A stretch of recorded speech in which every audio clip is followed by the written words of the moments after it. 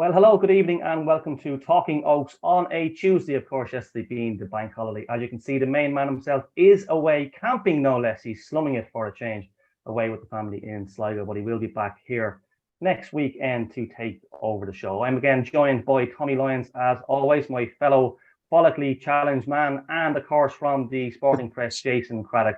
Delighted to have the two guys with me here this morning. But before we start, we'll start with some sad news, the passing of Tommy Sneed, a very well-respected and very well-known man around the Dublin Greyhound racing circuits. I first got to know Tommy as a young teen around Shelbourne Park and Harold's Cross.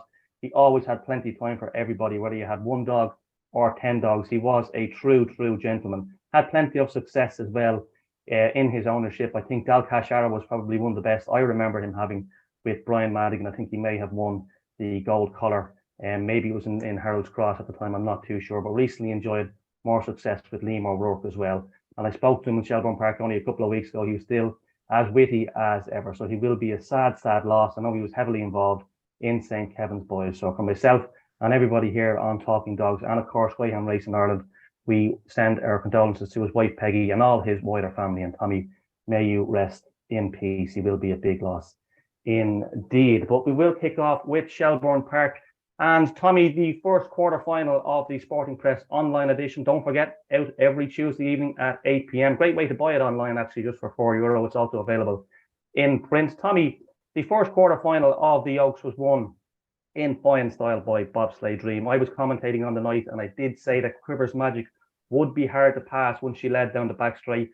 Quivers Magic for Adam Dunford, an incredibly strong sort off the front. She led by 3 or 4 lengths a halfway. But you've seen the ground that Bobsleigh Dream made up in second place, and to pick one up like Quivers Magic, it was an outstanding performance. Must mention Glengar Martha, who also ran well for the Buckley Kennel to make it a 1-2 back in second place. But we have to say, probably the star of the show, Bobsleigh Dream. She's incredibly fast when she gets it right. She's unbelievable, Barry. Absolutely unbelievable. This is a performance for the ages. This is leisure final-esque. The trouble she got herself into early. We always talk about how the fact she lacks a little bit of early pace, and she can lead on occasion, but she does lack a little bit of early pace when she's up against good smart breakers like Quivers Magic can be. And to give Quivers Magic to lead, she did. Like, I thought Quivers Magic produced a stunning performance the previous week to beat Teresa Mendoza.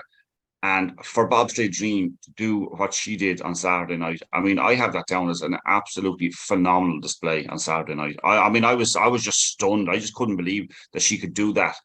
Two Quivers Magic. Glengar Martha ran a cracking race too to get up for second place.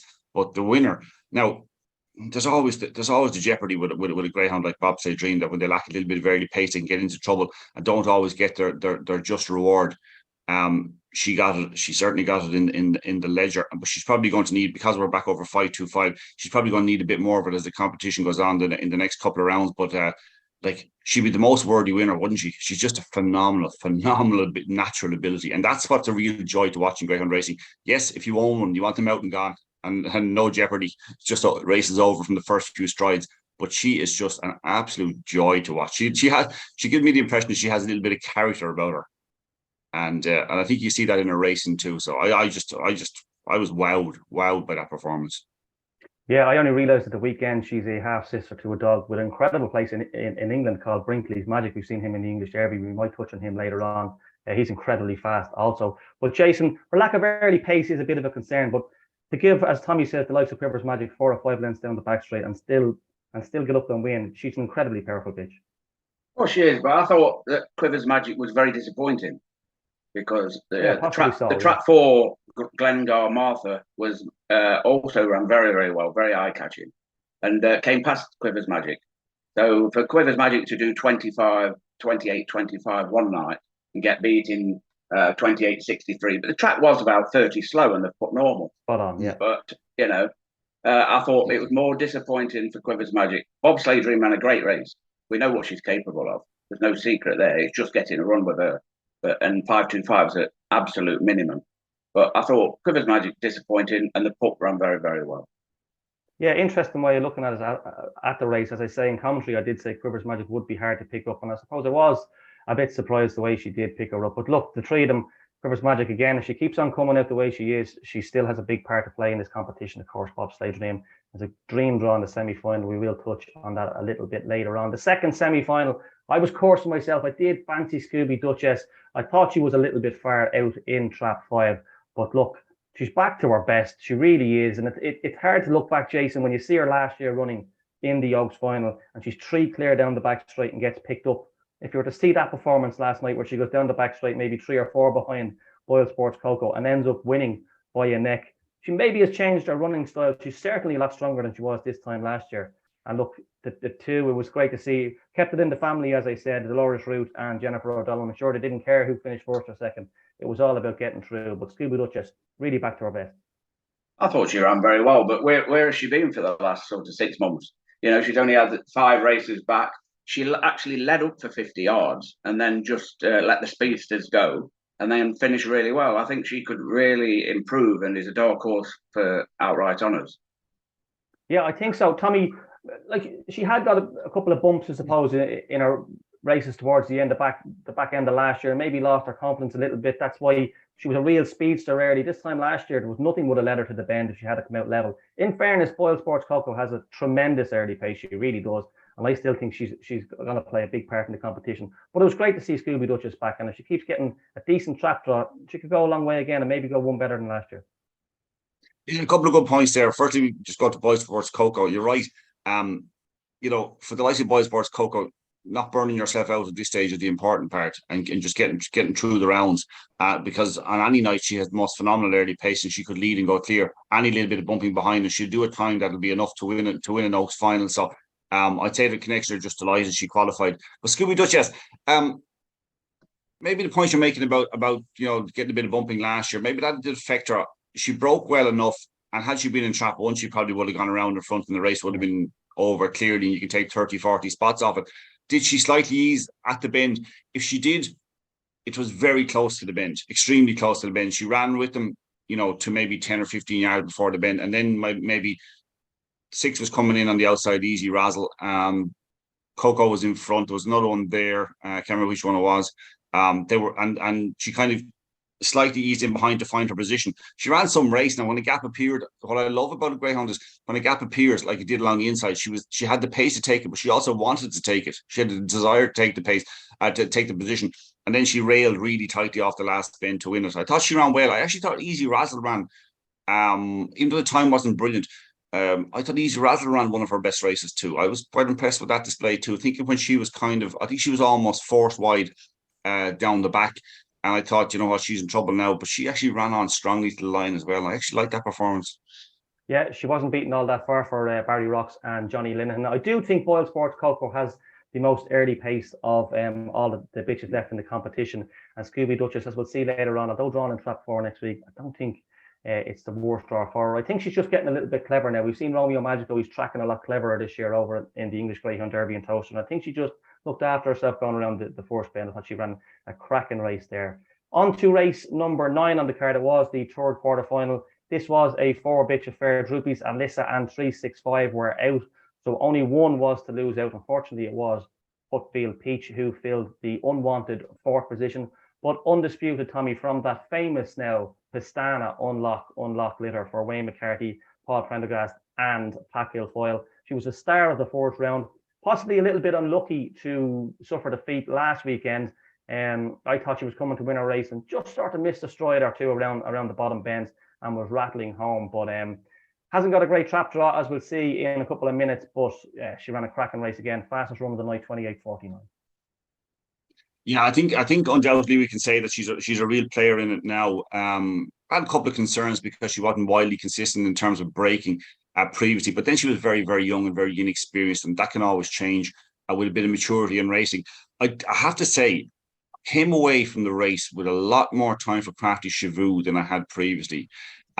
Maybe she just showed me more than I thought was there. She's beaten 6 lengths and could easily have been the winner.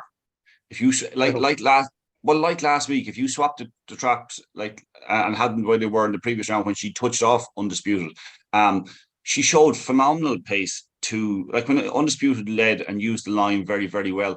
Crafty Chavou pushed her hard all the way and didn't give up all the way until she got She even switched inside and tried to make a run. Was forced to check and lost ground. I mean, you'd never worry about a bitch if Droopy Nice One is the one that's coming from behind you to pick you up for second place, because Droopy Nice One is so good over 550. But I actually came away thinking within that Crafty Javu had an enhanced reputation, despite the fact she was beaten 6 lengths. And Undisputed as well, I have to say, is definitely a player. I mean, I like the fact that she's beginning to show that bit of consistency that we want in the early pace department. And I suspect there's a sub 28 second run in her. In fact, I'm certain there will be in the course of the year. Yeah, the track definitely was about 30 back on Saturday night, and I would have been on a real flying summer's evening. That was the general consensus around people at the track on Saturday night. But Jason, yeah, Crafty Javu, Tommy makes a good point. If the traps had been reversed heading into the first bend, it could have been a completely different story, because there was very, very little to separate them on the corner, and Undisputed just got a length or two by holding the inside line. But in fairness, Crafty Javu, she's not done much wrong in her career to date, and it's good to see the Divilies have another one so quick after announcing the retirement of Crafty Kokoro. Well, the two contrast. Crafty Kokoro came from miles behind, and this bitch has got to lead. I don't think if she don't lead, she can't win. And I think some dogs are more effective on the rabbit than not, and I think this is one of them. Yeah, and I think nowadays look, I'm a firm believer in nowadays with most dogs. I think if they're not out in front, they're completely different, and once they are out in front, they're well capable of doing some massive runs. But yeah, Undisputed, deservedly favoured, although it does have a horror draw, as we will look at. Droopy's Nice One, she's always thereabouts. You'd love to own her. She always runs her heart out. And Crafty Shiva, look, yeah, I agree. If she had had the inside, it would have been a completely different story. We lost the defending champion in the fourth quarterfinal. Rahamofos, definitely for me, she ran a little bit below par after a slow break. Sad to see her go out, but Droopy's timing ran an absolute cracker from the front for Paul Cronin, as too did Paradise Nicobel for Martin Lanny, and back in third place, Burgess Rapid for JJ Finelli and Sheila Bland. So I must say that Paradise Nicobel, first of all, I stood in there a couple of weeks ago, and it's only a couple of weeks ago, maybe 5 or 6 weeks ago, and she was available to back at 9-4 in an A2 race. I didn't avail at the 9-4. She went on and won by 12 or 13 lengths in, I think it was 28.80, and I think the track was back. It was officially back 20, but they give it back, or officially back 20, but I think it might have been back about 60. She's running back to her very, very best for Martin Lanny, who won the Oaks not so long ago with Forrest Natalie. But Droopy's timing here, Jason, she was somewhat of a surprise. I think she was available. I thought she would have been bigger, than the 5-1. I think I seen 10-1 earlier on during the week. But she's got a nice card now. She's won 5 of her 20-odd starts. And look, she's improving for Paul Cronin. Yeah, I think she's got 28.35 done in Shelbourne Park. And she's been missing since November. So you would surmise she's been in season. So she could be one of those, who knows if she's been in season or not. But if she has, she will just get better and better with each run. And what a draw she's got. She has got a cracking draw. Tommy, that was only her third start of 2023 on Saturday night. So there is the possibility of more to come. 28.73. The best is 28.50. She hasn't got that much to find on the clock, and you'd expect with only having the 3 runs this year, there could be more to come from her. Yeah, it was a cracking run, and it was a good race too. Paradise Nikki Bell made sure it was a good race and kept her honest all the way to the line. I would be amazed if there wasn't something slightly wrong with Rahamofo. Didn't go into the bend, which can be fine because sometimes she won't. But when Cornetto got a little bit of trouble running up the back of a Greyhound down towards the third bend. Rahamofo was a couple lengths behind her at that point and didn't even make the ground when Cornetto got forced to kind of, to almost stumble slightly. It just wasn't Rahamofo, which is a crying shame. And these things can happen. It's Greyhound racing. I say if there wasn't something very slightly wrong, it's not much. But she didn't really pick up the straight the way she can. It was just lifeless for her, for a bitch that had been in such superb form. So you just forgive and forget. It's unfortunate. She was brilliant last year. She looked like she was peaking at the right time for the defense of her title. It's a pity, but we're fortunate enough that we have that depth of quality in the competition. That there's going to be a superb winner regardless. Paradise Nikki Bell ran a cracking race too. I thought she showed great pace coming off the last bend to challenge up the straight. It's a good race, but there is a bit to find. Yes, Droopy time can improve a bit more, but there isn't much time to find it now. You've only got 2 weeks. Yeah, that's very true. And yeah, look, they're there. That's all that happens. It was sad to see Rahamofo go out. She did run much 27.96 the week before, and then 29.18 on Saturday night. But hopefully all is okay with her, and we look forward to seeing her on the track again soon. So the semi-final, lads, we'll give the trap draw. The first semi-final, Droopy's Timing, Quivers Magic, Burgess Rapid, Scooby Duchess in 4, Easy Razzle in 5, and Droopy's Nice One out in trap number 6. So looking at it, Quivers Magic in trap 2. If she keeps coming out the way she is, she's got a chance of leading up. Although I suppose Droopy's Timing was quick up as well, 2:14. Scooby Duchess, if she breaks as well as she can from trap 4, if she broke like she did last week, I think she might have the most natural early pace in this, but she will need to break as well as she can. Droopy's Nice One obviously has a great trap draw out in 6. Very hard to pick a strong favourite in this one, Tommy. If you're a bookmaker, if you laid one, you'd have plenty running for you. I'd say it would be 5-2 the field job here, possibly Quivers Magic or Scooby Duchess to go off. What way do you see this one going? Yeah, it's desperately tricky. It could be trees the field. I find it hard to see where Scooby Duchess will get the run this week, and I just don't think she can lead. Burgess Rapid can fly out, Quivers Magic can fly out, Droopy Timing can fly out. She's going to have fine position, and also she got a lovely run, and I like the way she took the opportunity to take the gap up the inside on Saturday night. I'm not sure that'll appear this week. I'm not sure that gap will appear. It'll require a bit more work, is what I think it will with the three insider. Easy Razzle. Well, I mean, when you have so much early pace in 1, 2, 3, and even 4 at her best, it makes it even harder for 5 and 6, doesn't it? I mean, you don't know where the space is going to come. I think the only way to have a strong opinion on this race is to say I know this will lead. I don't know what will lead though. I would take a chance on Quivers Magic, but I wouldn't back it at 5-2. I'd want more than that. Yeah, it's very tricky when you say it has to be at least a 5-2, 3-1 field. So if you were to lay one in here, you definitely have a couple running for you. I just still think that Scooby Duchess, I'd say she might have done her confidence the world of good last week, getting her head in front. And I think if she was to break level, I think she'd have the most natural early pace. Quivers Magic is a really good trapper, but I don't think she has the early pace of Scooby Duchess if they were to come out together. Jason, what way do you see the first semi-final going? I fancy Scooby Duchess, really. I think she's got the good overall pace, and she'll go to the bend better. She'll hold a position and fly down the back straight. I don't fancy the two on the out. Well, I don't fancy Easy Razzle. Droopy's Nice One, I think, is going to improve a lot. 29.32 done over the Derby course last year. Well, every chance last week, well beaten. So might need a few more weeks, but I think the 3 on the inside could sort of do each other no favours. And Scooby Duchess, she's not a back. She doesn't always go for the rails every time. She's a bit of a clever tracker. So I just think, and like I say, when she's been missing for 6 months, she's been trialling in England. If you look on the IGB web card, she was with Richard Rees in England and had 1 million solos and had 1 race. So you just think, what was wrong with her? Why did she not only have 1 race? But I get the impression she'll just improve.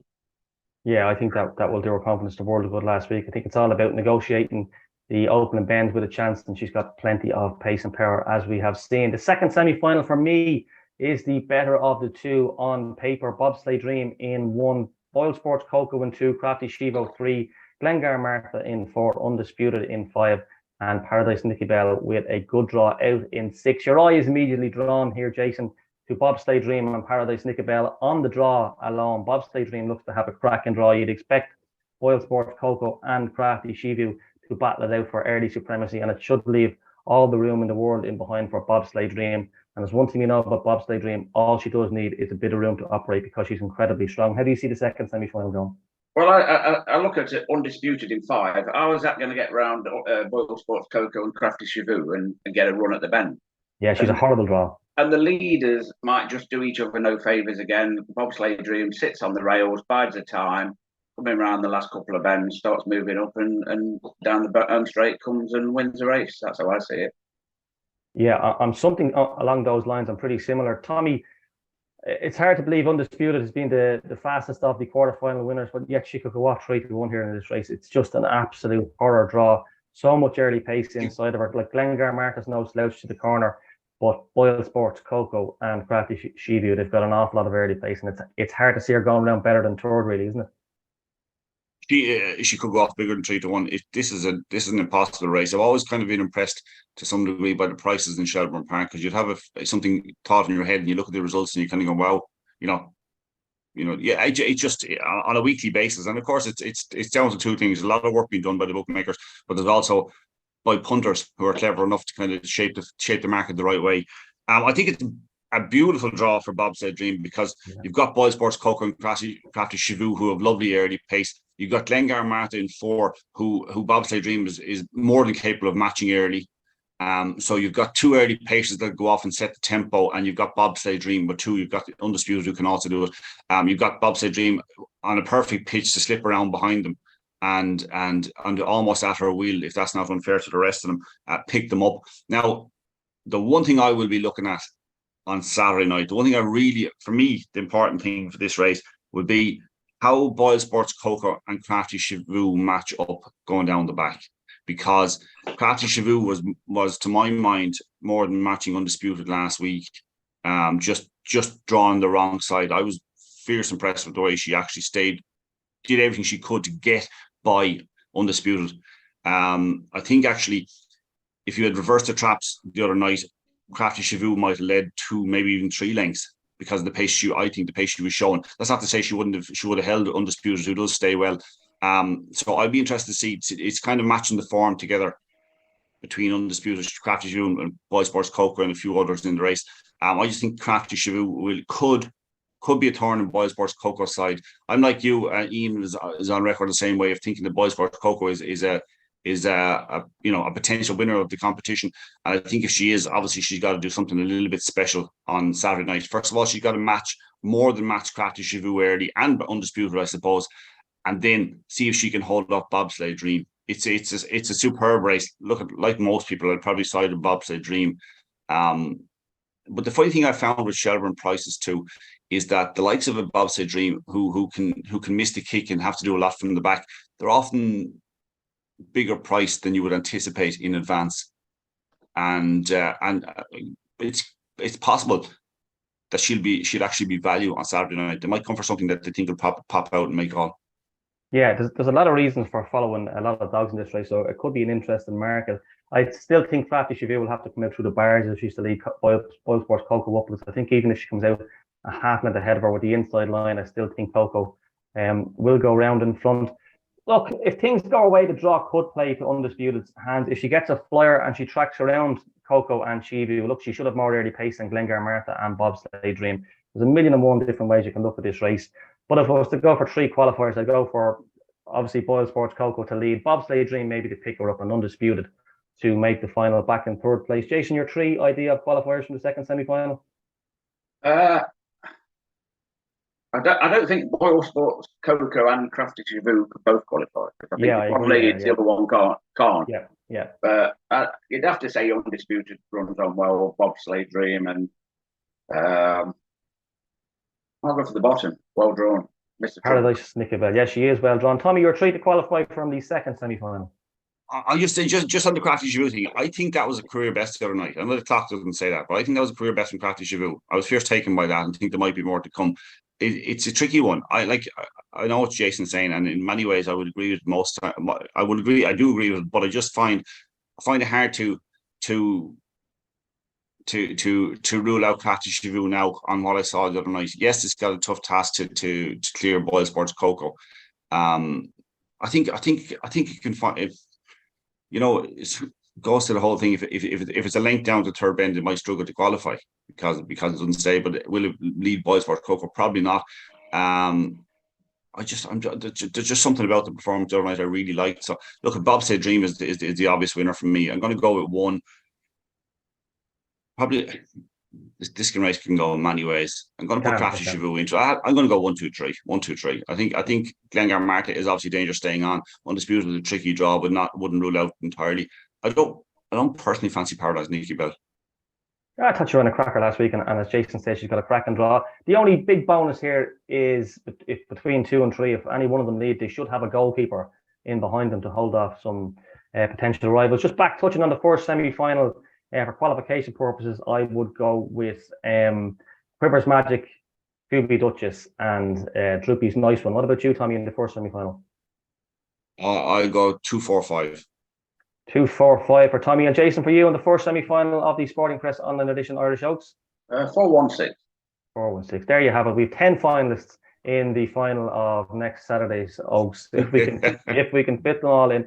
Just going through the rest of the card from Shelbourne on Saturday night. The first couple of races were the semi-finals of the Ross Ireland Traceability System 5-7-5. Pied Piper took the first race there in 31-41, but I think one of the runs of the night came from Patrick Kilfoyle's Music Glideaway. He took the second event in 31-18. As we say, track was probably 30 or so back on a really, really fast night. So that put that into perspective over 5-7-5. It is easily a sub 31 second run. We then had a good competition, the second round of the Greyhound Racing Ireland Open 5-2-5. Middle Road Bulger took the first heat in 28-65.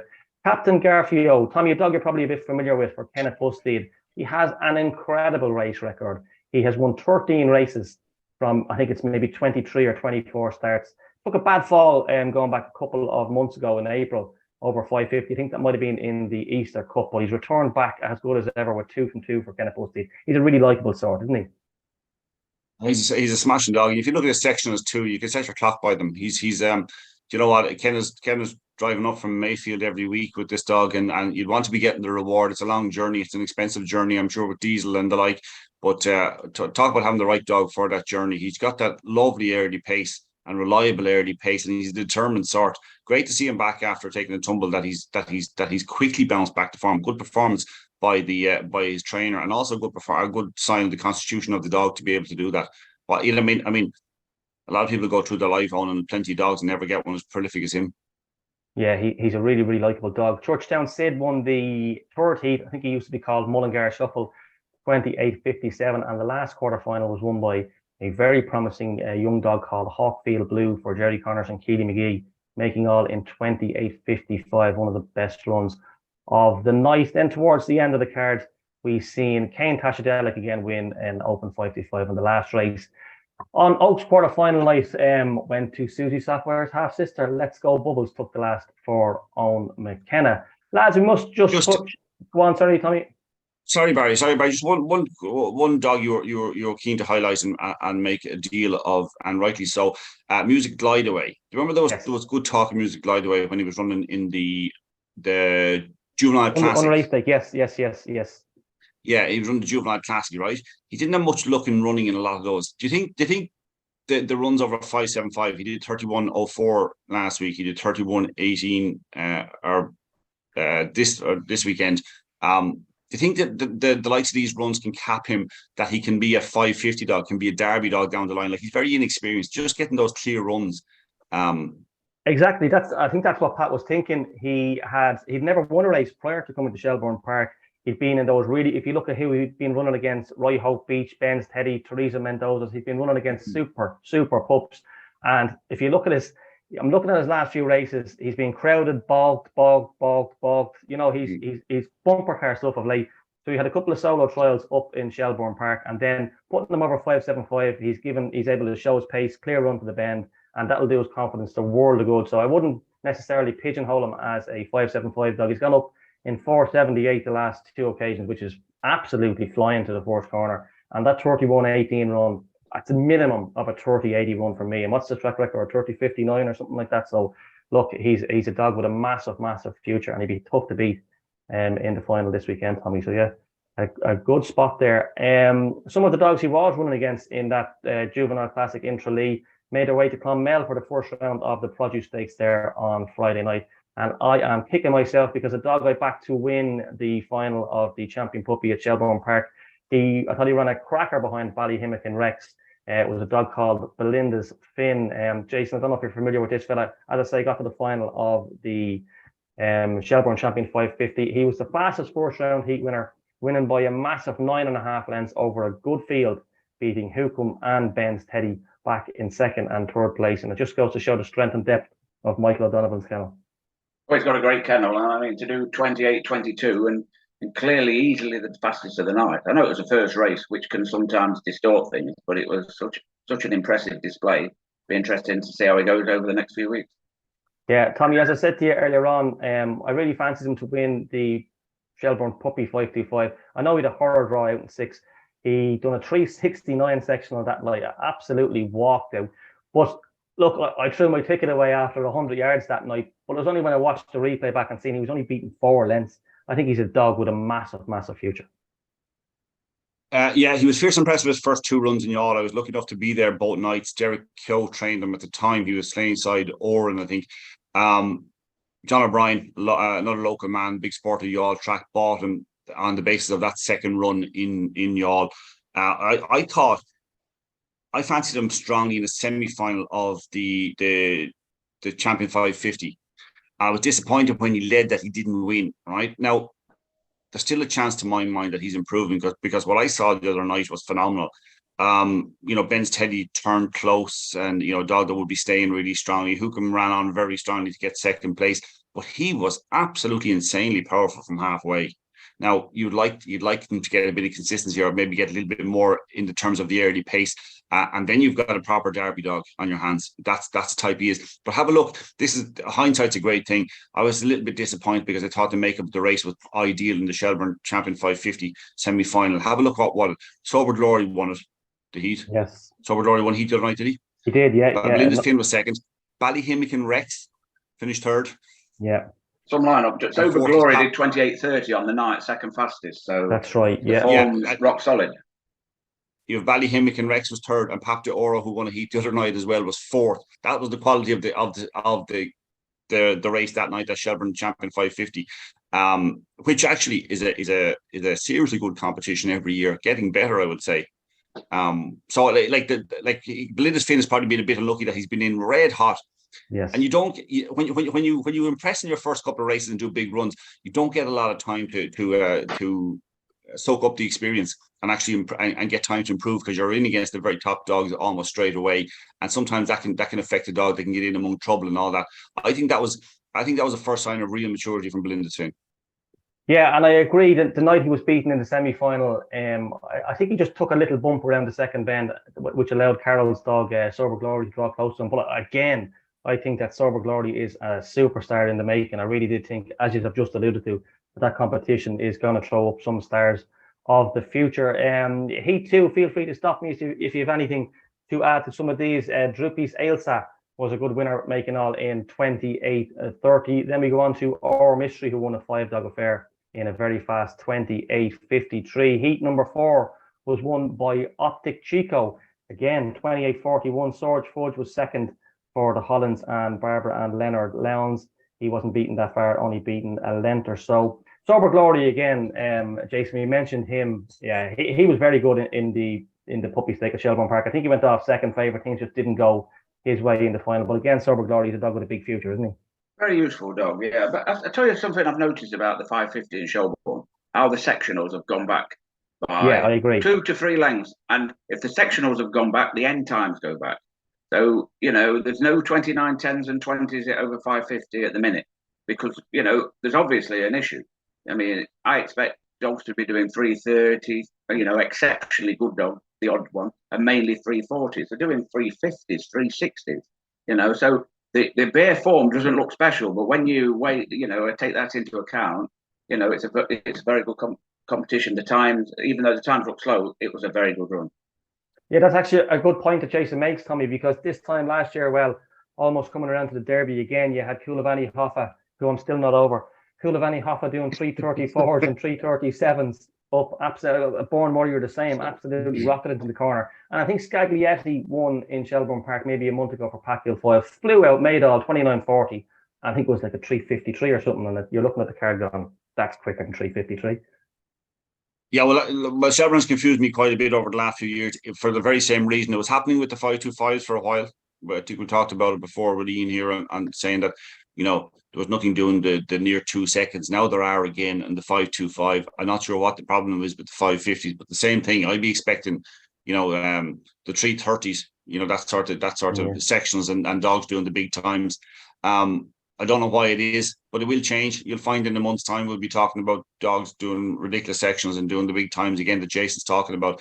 I can't understand it, but it happens reasonably regularly. It's not an entirely new thing to to Shelbourne Park. Just come back to 1 second to heat number 3. What did we make of Clonbrien Treaty? Happy enough that this dog is coming along. I thought there were enough signs. Personally that down to third bend, he showed lovely pace down to third bend, and then just didn't drive the third bend as I would have liked. But I just think there are signs. He obviously might have been given an easy time after winning in Limerick, Possibly, because he looks like in winning in Limerick, he looked an obvious Irish Derby type. Loads of early pace, will stay all day. I think this is a case that a lot of people will fall off the scent and think that this dog, he's been disappointed and he hasn't gone on from that. I think the opposite. I think Graham's been clever with him, taking his time with him. I'm going to tee him up for one thing, to win an Irish Derby. I think you've hit the nail on the head there. He's been on the go since March. He went through the Kirby, then he went up to Shelbourne for a tilt at that Champion 550, I think it was. And it's very hard to keep him on the go all the way through. So his last race date was the 6th of May before he turned up. So I'd say he was on the very, very easy list. Just hoping he could qualify this week, because as I say, it's very, very hard to keep him going all the way through. So I'd say he would improve significantly for that outing. And I just say, yeah, he could throw a few people off thinking that he's not the dog that we thought he was going to be. And just a word on Born and Mick from you, Tommy. You were sweet enough on him. He would come up to Shelbourne Park with a big reputation. He was a little disappointing on his first run up there, but better signs there at the weekend. Much better signs. I'm still entirely perplexed by the run in Shelbourne. I think there had to be, look at he's nearly a month off, so maybe there was something small, but there had to be something, because he was showing pace into the bend. I was expecting, when I saw him pop out in Shelbourne Park that night, I was expecting a 29.50 run from him. And then he kind of went down on his shoulders a little bit, on his front shoulders. He went down, his front legs, he went down a little bit, sorry. And it just, he lost all momentum on the bend, and then he ran on again, which confused me a little bit as well. But I thought there had to be something wrong, because he's a dog that there was highlighted to me before he came to Shelbourne. I talked about him here with Ian one day, and I think that was a much better run, because he actually showed lovely early pace over 5.25 and got chopped up at the first bend and ran a fine race to finish second. I think that's a lot better run, and you're right to highlight it. I think it's a lot better run than it reads on the card. And I think people will see that from the dog. And again, okay, people say, he's back in Clonmel, maybe he's just a Clonmel dog. I don't believe it at all. I think he's a proper Shelbourne Park type dog. And I think when he goes to 550 again, we'll see the best of Born and Mick. If he can remain right, he's very likely race for his age, and maybe there's just small little issues. I don't know. Hopefully not, because I think he's a potential latter stage of the Derby type dog. Very good. Yeah, Story's Law won heat number 6 in 28.53 when making all, and Pape Dioro, a dog with a big reputation, he won heat number 7, again making all in 28.39. Another to make all the very next heat was the Gander Pen, beat Run Faster and Chasing Trooper in 28.54. Burgess Cannon completed the Burgess 1-2 in heat number 9, winning in 28.66. Heat number 10 went to Jack Tavern Bolt, Pestana, son of New Inn. Madam won in 28.64, well back, even money favourite. And the last heat, race number 11, went to Burgess Supreme in 28.64. So it always throws up a star of the future. And looking at that lineup there, it certainly is going to do so again. Just before we finish the Irish scene, I must mention the Deadly Kennels Open 750 that was run in Curraheen Park at the weekend. Ballymacate and Kinturk Road took the both semi-finals. 40 defeat was Magical Mary and a dog, Law Hill King, who I think will have a big future in this year's Irish Derby. I think he's gone way under the radar, and I think he's a dog with massive pace. Also must say well done to Eamon Mackey, who had not 1, 2, 3, 4 winners at Waterford on Friday night. A huge achievement, Eamon. So well done to you. Now we're going to have a look at the heats of the English Greyhound Derby, where the Irish are dominating once again. We won't look back at all the heats from the weekend, lads, but we will look forward to this weekend's in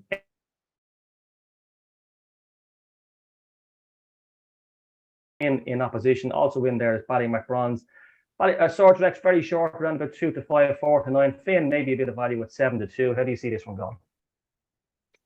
I'm a bit surprised that the comments say mid to rails for Swords Rex, who clearly moved right out of traps yet again, as he always does. The only time he went in was when he was trying to go around the first 2 bends. But I didn't know what to make of Ballymacfin the other night. I wasn't wildly excited by the fact that he moved off a bit and seemed to lose a lot of momentum. Yes, Clonard showed a lot of tracking ability to get up inside him after having missed the kick. And this is the Clonard issue that I have with this track with Clonard, is the kind of hit and miss nature of maybe whether he will break, won't break. I think in a tougher and more heat with more depth, he might have been a little bit of trouble. His pace probably would have got him into a qualifying position anyway. But I was just a small bit disappointed with Ballymacfin in one sense, but I think he's an obvious improver. I think he's an obvious improver through the competition. And it's not like he went through the Irish Derby winning every heat and this sort of stuff and was unlucky in the final. He ran a superb race in the final when he needed to. Just at the moment, Sword Rex is making us all look very, very easy, isn't he? It just looks smooth. It just looks, he's braking, he's moving off a little bit. He's showing the pace into the event to clear good dogs. This is obviously a little bit tougher, but it's not deep. I think it's just made for him, to be quite honest about Sword Rex. I think Ballymacfin will be second.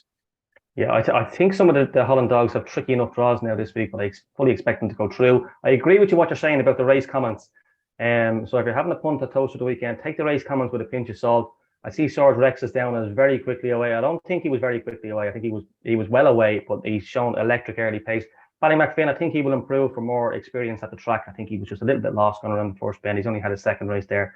I expect him to improve. Jason, Sword Rex or Ballymacfin, which camp would you be in this weekend? Well, I think Stevie Wonder does these race comments at Toaster sometimes, because they're a joke, really. But Ballymacfin seems about 5 or 6 lengths behind his very best. And there's no way in a million years Clonard, as well as it ran, could give him such a start and a beating the other night. The time was 29.50. That told you everything. But you write him off at your peril. He's a very good dog, and Dowling has got a very good record at bringing a dog through a competition. So he does look the second best. Sword Rex for me, he has to lead. He's a different dog. He's a different dog when he dog on the rabbit, and, like they all are. Exactly. He goes up fairly middle and he cuts in at the bends. But if he's not in front, he's not the cleverest. Yeah, I did say, Jason, I thought some of the Holland runners had got tricky draws. I think it's the same for Clonard in heat number 2, outside a freak called Brinkley's Magic. This dog has incredible pace. If he could only go around the corners, he has his own ideas when he goes to the bend. When he has company, he tends to ease off, but he's incredibly fast. I think Jack Kennelly's dog, Beeper's Lariat, has a decent draw on track 1. Expect him to improve. Well, hopefully the Irish can go through here, Jason. Clonard and Beeper's Lariat. Clonard, hit and miss. If he hits it, he wins off the track. If he doesn't, he's struggling. But Brinkley's Magic, I don't know. I think it's a bit overrated. He's very, very disappointing. He can run. We all know he can run. 28.18 Shelbourne. I think he did 28.20 in a trial in Newcastle, which is flying. But hit and miss. He's the same. Yeah, I think Jason summed it up there, Tommy. If Clonard hits the lids, it's all over. But I think he faces a tricky draw here.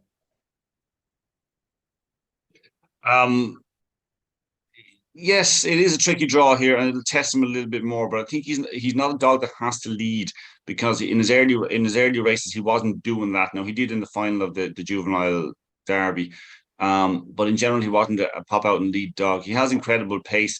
I had before the competition, I never doubted his ability to win this competition or an Irish Derby. Maybe even he's that good, but I just doubted that this track was going to suit. I didn't know what way the traps would be going, what way the track would be running. And I just find that as it gets a little bit deeper, like he went from 390, is it 6 or 8? My eyesight, old age is catching up with 398 section to 441. I mean, that's just a monster difference. Like it's a half second. Yeah.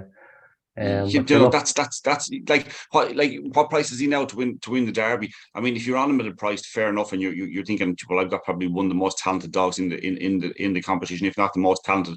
I'm on him and I'm at a price, but I don't know if you could back him now. It's 7-1, Tommy. Sorry, it's 7-1 Clonard. But I think he's a dog. It can come from behind, but it's coming from behind at Shelbourne and coming from behind at Toaster are 2 different things. I was just going to say that to you. Different tracks, yeah. This was exactly my issue before the competition. I kind of, from just looking at his previous form, predicting that yes, he'll pop out and lead some nights. Other nights he'll be trying to come from behind. And I'm like Jason. I have a little bit of concern about that as the competition goes on. I think he'd be more suited going back to Shelbourne Park and being a Derby player. Although I can make a case for 10 or 12 at the moment in that competition. So Yeah, it's much easier to pass at Shelbourne Park than it is at Towcer, that's for sure. We'll race through the final 6 heats. Jason, Boyle Sports Gift and Savannah Hero represent Ireland in heat number 3. Boyle Sports Gift, although drawn out in 4, I think he's got a good draw, not much early pace on his inside. It's not. I don't think it's a great draw in 4. Signet Otis, Signet Otis can go up a bit. Romeo Command, he's a sort of overall pace dog. He has to bang out. I think, he can win. He can win.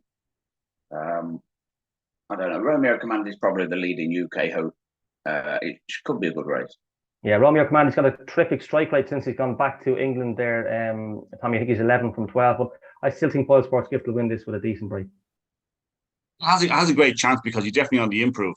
In terms of 2 runs in Towcer suggest that he has runs in a Limerick run there on his card. You can see there's two lengths behind Ben Teddy at 28-24 in Limerick is a fair run.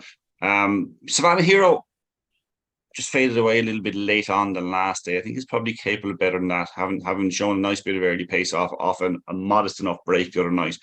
I'm like you. I think Boyle Sports Gift can probably do it. Not sure I'd want to have a bet in the race though.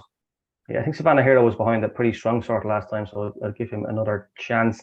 The 4th heat, I've seen he's 1 to 5 in places. I think there is a bit of a 2 to 7, but Jason, very hard to oppose Ballymacmarino. There isn't a starter in the race bar him, so everyone thinks out and gone. Good night, Vienna. Yeah, would you take 1 to 5, Tommy? No, because I'm talking to myself that I didn't take the 21 before the competition. I'm a huge fan of this ground. I loved what he did below in Tralee. Talking to myself, and I think he's a dog that looks like he's maturing quite quickly, actually, and frightening what he might be able to do in a few months' time, considering what he's doing at the moment. I wouldn't have him down as a specialist early pacer, and I think as we get to the latter stages of competition, his lack of experience might tell in that department. When he comes up against proper early pacers, I think he might develop that, but I think at the moment he hasn't got that experience. Romeo Hansel goes in heat number 5 for Graham Holland. He was picked up by the freak that is Brinkley's Magic last week, but he's a decent draw here and one you'd expect him to go close, Tommy. Yeah, you would. Like, reasonably consistent. Again, when you're looking at these greyhounds in this heat, you're thinking, I don't think there's a Derby winner in it. So you'd hope that Romeo Hansel and I say that, and Graham Holland clearly thinks a huge amount of Romeo Hansel. It'd be disappointing if he couldn't make light of this. Yeah, would you be along the same lines, Jason? Romeo Hansel should win heat 5? Out and gone, I would have thought. It was they made it normal Saturday, but definitely 20 back. Yes. I mean, Marino told you that 29-17. Having done 20, what was it, about 80, 28, 80. The previous week. So you look at the bare form and it wasn't great, but it was better than what it looked. So I think out and gone, track 1. No danger. Could be heat number 6, the tricky heat for the Irish here. Gaytime Nemo in 1 for Graham Holland. Brendan Matthews has 2 in Undulation in 2, and As I Say in 3. The more I look at this heat, the more I think As I Say has a chance. He's a big price. He's 16 to 1 with some firms. I know he's got a lot of early pace on his inside, but maybe if he smashed out, I think he's better than people are giving him credit for. But I don't know if Brendan Matthews is too happy with this draw, having 2 in together. Ideally, he'd love to have them separated. The best drawn dog in this race, Tommy, is Savannah Bow. All the early pace on the inside. He should get a lovely toe into the race. Should do, but as I say, is a good strong runner, as you say, and I think that might. It's just type of race that could set up something that I wouldn't like to take a sharp price about the inside runner Gaytime Nemo. I thought it was impressive in the first round. It wasn't as taken the last day. Obviously, ran into a little bit of trouble the other night. I think I think there's a bit more depth in this race, so I'd be kind of opposing the top and maybe backing, as I say, or Undulation could lead Gaytime Nemo too, and it could just be a little bit of a tricky one at the first bend. This is the type of one I could see a little bit of trouble in. Might set it up for one of the stairs. It's a very Undulation was in the car park in the first round, so you want to be drawn inside that. It went up a bit better last week, but that was from 4. Now it's in 2, so you think 1 might get a dream run, but it'll have to do it the hard way, I think. Yeah, I thought 1 showed plenty of pace last week. He done an awful lot wrong, but not a great draw for the Matthews here. But let's hope they can pull through. I'm sure he will take 2nd and 3rd. Again, we have 2 runners in the second last heat. Jack Tavernbella, who was running consistently well. She's very, very hard to keep out of the frame. And a dog who I thought ran very well last week, an improved performance, Burj Khalifa. How do you see Heat 7 going, Tommy? Yeah, this is a tricky little heat because you've got Signal Goofy in 5, and it's just it might Certain just leader, be isn't tricky he? for it to yeah, exactly. And Cochise ran well the last day. Marie Champion is a dog I like. Potential player. I think it has a great draw because you've got Jack Tavern Bella in 2, who's a slow starter. I think Jack Tavern Bella got kind of, he got shown up a little bit the other night in the sense of the lack of early pace can get you into all sorts of traffic problems, and that's going to be an issue. I think the top has a great draw. Mary Champion, yeah, I do. This one, Jason, Sonic Goofy looks a certain leader. I think it's whatever gets first run at him will probably take the beating. Well, if Sonic Goofy leads, 6 can't win for me. 4's punching above its weight. It's a Cesarewicz winner in England. 708 meters. Jack Tavenbella's a stayer. So, 1's not got the greatest early in the world, but, if it's up there at the bend, I think it'll take some holding. Yeah, very true. And on to the 8th and final heat. A couple of Irish in here again. 3 of them. We have Romeo Magico, the defending champion for Graham Holland. He's been a superstar so far. Tracked so clever in the competition. McNeil, another who was very clever in his run last week at the third bend. Some great track craft there. And of course, Ballyhimkin Leo out in 5, the second of the Holland runners. Very hard to oppose. Romeo Magico may have a tricky draw with Fabulous Azura on his inside, Tommy, but he's been running extremely well in the last couple of weeks. He has been. The best thing for him would be Fabulous Azura to pop out and Yes. lead a couple of lengths and let him get his toe into the race or have a space into the bend. He surely has the measure of McNeil in the early stages. And that's all about. It's just about getting a position area for Romeo Magical. I don't think he's the same dog he was, and probably he's 4 years of age nearly. I'm not saying anything new about him that nobody else would notice, but I just don't think he's still a fabulous dog and running to a certain level. And I think he'd probably win this heat, but after that, it might be when he just begins to show for him. Jason, your opinion on the last heat? I think the top will improve markedly. She's been in season. She needed the run. Under normal circumstances, she would do 29 seconds round Toaster. She's just coming out of season and definitely will improve. It's a good draw inside Magico, so she could go well at a big price. Brilliant. Lads, listen, as always, thank you very much for your input on a Tuesday. Don't forget the semi-finals of the Sporting Press online edition will be at Shelbourne Park this Saturday night. The online edition is available every Tuesday evening from 8 p.m. and it's also available in paper form. My thanks to Tommy Lyons, to Jason Craddock. Once again, condolences to Tommy Sneed and the family. May he rest in peace. From me, Tommy and Jason, we'll talk to you again soon.